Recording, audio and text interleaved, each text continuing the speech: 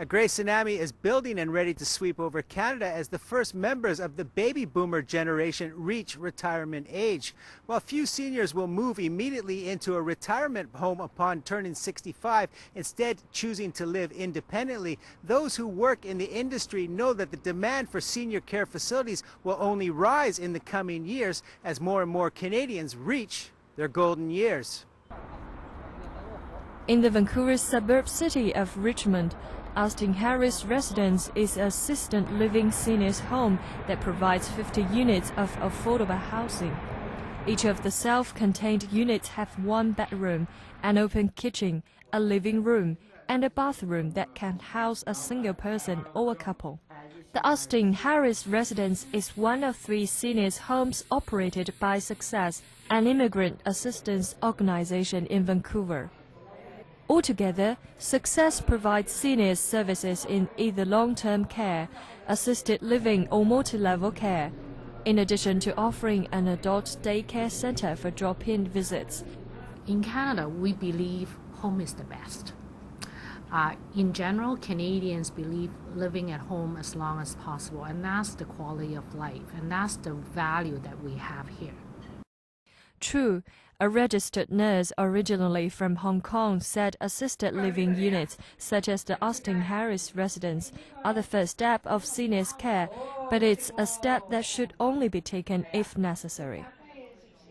Assisted living typically provides residents with some oversight in terms of medication, meal services, if required, and some light housekeeping duties, in addition to social activities.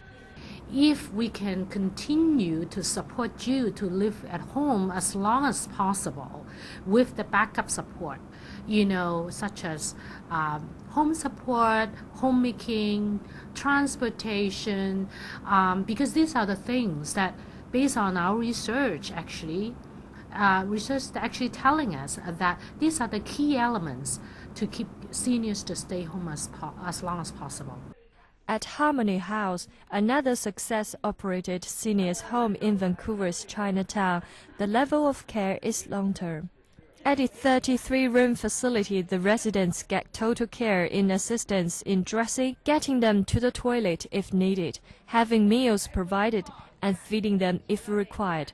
With so many different levels of care required, to get into one of these homes, a candidate has to be assessed by a local health authority or the provincial health ministry. It will then be determined what the person's needs are and their care requirements. As the homes are all currently full and in short supply, the wait list can often take 2 to 3 years to get in.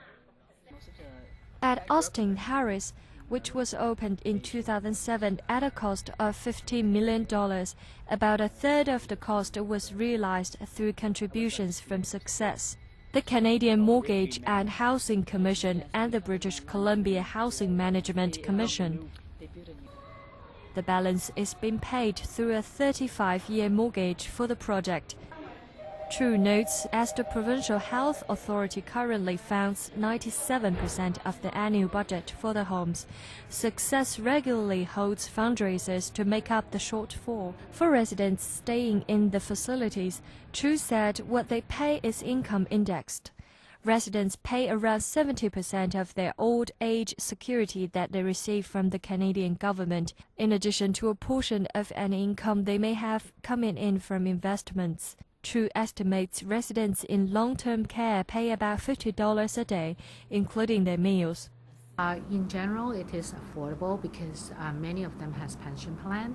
So how the government structure the fees structure is that they want to make sure that the individual who receive pension also be available to make the payment, which is the co-payment to the organization.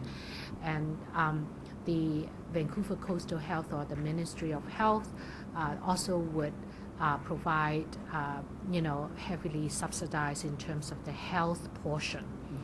So essentially, with that combination, then it is affordable. Yeah, I grew up in Vancouver. Betty Leong is the assisted living manager at the Aston Harris residence. She explains what is expected of care homes by the British Columbia provincial government, which largely funds such residents. When the provincial government fund these service, there are some criteria, which includes that we provide 2 meals, which includes a lunch and dinner and 2 snacks to the seniors. We also have to have a 24-hour emergency call system. So that's part of the assisted living feature. Another thing is provide medication management, which includes medication reminders, medication administration, and by our staff. CNC had the pleasure of meeting some of the seniors at the Aston Harris residence, including 78-year-old Phyllis Kwong, a former Hong Kong nurse who came to Canada 12 years ago after a decade in London. She came to live at the home in 2006 and says her life now is very simple. For here, they every day remind me to take my medicine. I am diabetic, and they are, oh, did you have been an injection? Just like that. I injection for my diabetic medicine 4 times a day. That's every time they call me. Juanita Allgood is one of only 2 Caucasians living at the home that is largely made up of Chinese-Canadian residents. At 90 years old, she tells CNC she is enjoying the assisted care. I can't do everything for myself, and my daughter found this place for me, and it suits me very well. I have a kitty cat that I'm the only one that has an animal here, and I really like it. As evident by the provincial government's concern for its senior citizens, senior groups in British Columbia can currently apply for age-friendly community planning and project grant of up to $20,000 to fund projects that keep seniors active, healthy, and independent. To set this message of independence is essential to Health Seniors Network because it is the kind of services that many expect and deserve after long working lives where they themselves contributed to the community. We wanted to be able to provide the care that seniors want and the quality that we are very, very persistent and adamant about. I think that it is important that seniors deserve the quality of services for the golden years. Sure, well, they built the country. Correct. Yeah, so